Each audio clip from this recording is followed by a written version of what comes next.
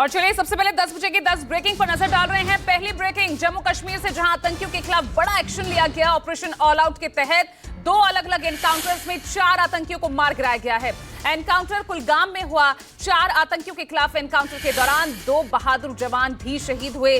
कुलगाम की घेराबंदी कर ली गई है। कुछ और आतंकियों के छिपे होने की आशंका है। सर्च ऑपरेशन भी जारी है। आपको बता दें 9 जून को तीर्थयात्रियों की बस पर आतंकियों ने हमला किया था और उसके बाद आतंकी वारदातों में बढ़ोतरी देखी गई थी। आतंकियों के सफाई के लिए सुरक्षा बलों ने घाटी में बड़े पैमाने पर ऑपरेशन शुरू किया है। आगे बढ़ रहे हैं 10 बजे की दूसरी ब्रेकिंग। जम्मू कश्मीर में चुनावों की सुगबुगाहट तेज हो गई है। जेपी नड्डा ने जम्मू कश्मीर में कार्यकर्ताओं पदाधिकारियों के साथ बैठक की। जेपी नड्डा ने कार्यकर्ताओं से जम्मू कश्मीर विधानसभा चुनाव के लिए तैयार रहने के लिए कहा। पार्टी प्रतिनिधियों को संबोधित करते हुए नड्डा ने कहा कि भाजपा देश की एकमात्र पार्टी है जिसके पास दृष्टि, नेतृत्व, इरादा, कार्यकर्ता और लोगों का विश्वास है। विधानसभा चुनावों के लिए तैयार रहें और पार्टी की जीत सुनिश्चित करें। नड्डा के जम्मू कश्मीर के दौरे से पहले भी नड्डा और अमित शाह ने जम्मू कश्मीर के चुनावों पर दिल्ली में मंथन किया था।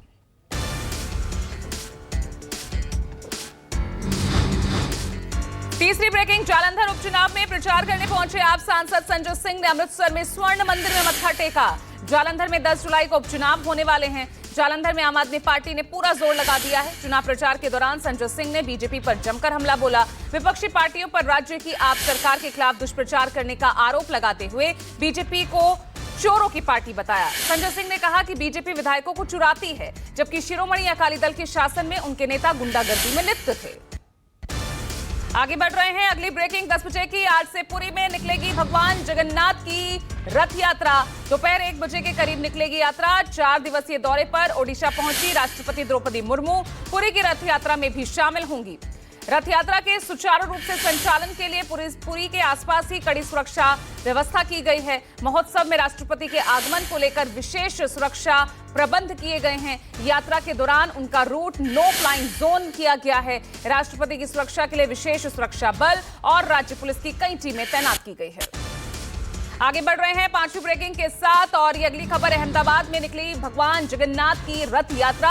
अहमदाबाद के जगन्नाथ मंदिर से भगवान जगन्नाथ की 147वीं रथ यात्रा निकाली गई। जगन्नाथ मंदिर में रथ यात्रा शुरू होने से पहले के अनुष्ठान किए गए। इस दौरान गृह मंत्री अमित शाह ने मंगला आरती में हिस्सा लिया। मुख्यमंत्री भूपेंद्र पटेल ने सोने की झाड़ू से रास्ता साफ किया और इस बीच पीएम मोदी की ओर से भेजे गए अनार, जामुन, मूंग और चॉकलेट का प्रसाद भगवान को चढ़ाया गया। भारी संख्या में यात्रा में शामिल होने पहुंचे श्रद्धालु। पूरी रथ यात्रा के बाद अहमदाबाद में रथ यात्रा देश की दूसरी सबसे बड़ी रथ यात्रा मानी जाती है।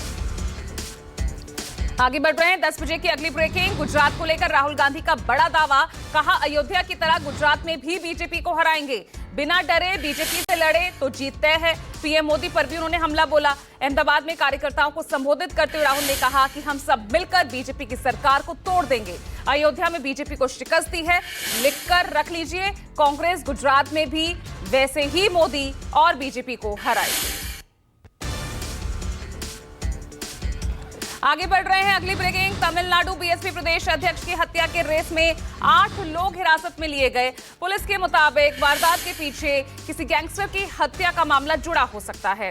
आरोपियों की गिरफ्तारी के बाद बड़ा खुलासा हुआ है। गिरफ्तार किए गए सभी आरोपियों का कनेक्शन आरकोट सुरेश गैंग के साथ जुड़ा बताया जा रहा है।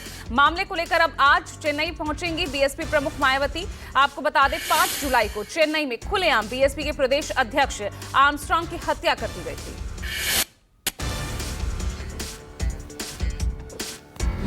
आगे बढ़ रहे हैं 10 बजे की अगली 8वीं ब्रेकिंग। हाथरस भगदड़ हादसे में बाबा के खिलाफ लोगों का गुस्सा फूट पड़ा। बाबा के अनुयायियों ने ही भोले बाबा पर एक्शन लेने की मांग की। कहा बाबा ढोंगी है, पाखंडी है। हाथरस में गायब हुए बुजुर्ग सत्संगी को ढूंढते हुए मैनपुरी से ये परिवार पहुंचा था और परिवार ने कहा कि बाबा के लोग भगा देते हैं, एक्शन लिया जाए। वहीं न्यायिक जांच टीम ने हाथरस में मौके पर पहुंचकर सबूत इकट्ठा किए हैं। अधिकारियों से भी बातचीत की है। आगे बढ़ रहे हैं 10 बजे की अगली ब्रेकिंग। आपको बता दें 9वीं ब्रेकिंग, देश के 6 राज्यों में बाढ़ बारिश का कहर लगातार जारी है। मैदान से पहाड़ तक नदियों के उफान से हाहाकार मचा हुआ है। मौसम विभाग ने देश के कई राज्यों में भारी बारिश की संभावना जताई है। दिल्ली, यूपी, बिहार, उत्तराखंड में बारिश के आसार हैं। उधर असम, मेघालय, मणिपुर जैसे कई राज्यों में अब तक बारिश से जनजीवन अस्त व्यस्त हो गया है। बारिश की वजह से यूपी में 24 घंटे के अंदर 13 लोगों की मौत हो चुकी है। उधर खराब मौसम की वजह से चार धाम और अमरनाथ यात्रा पर भी ब्रेक लग गया है। आगे बढ़ रहे हैं 10 बजे की आखिरी और 10वीं ब्रेकिंग के साथ। गुजरात के सूरत में कल हुए बड़े हादसे में रेस्क्यू ऑपरेशन लगातार जारी है। 6 मंजिला इमारत भरभरा कर गिर गई। सूरत में यह बड़ा हादसा हुआ है। फिलहाल 7 लोगों की मौत इस बिल्डिंग हादसे में बताई जा रही है और मृतकों की संख्या में इजाफा हो सकता है क्योंकि ये आशंका है कि अभी मलबे के नीचे कई लोग दबे हो सकते हैं। हालांकि रेस्क्यू के दौरान एक महिला को सुरक्षित भी निकाला गया है। युद्ध स्तर पर यहां पर रेस्क्यू ऑपरेशन चल रहा है। हादसे का शिकार हुई ये बिल्डिंग साल 2017 में ही बनी थी और सिर्फ 7 साल में ही पूरी बिल्डिंग जमींदोज हो गई।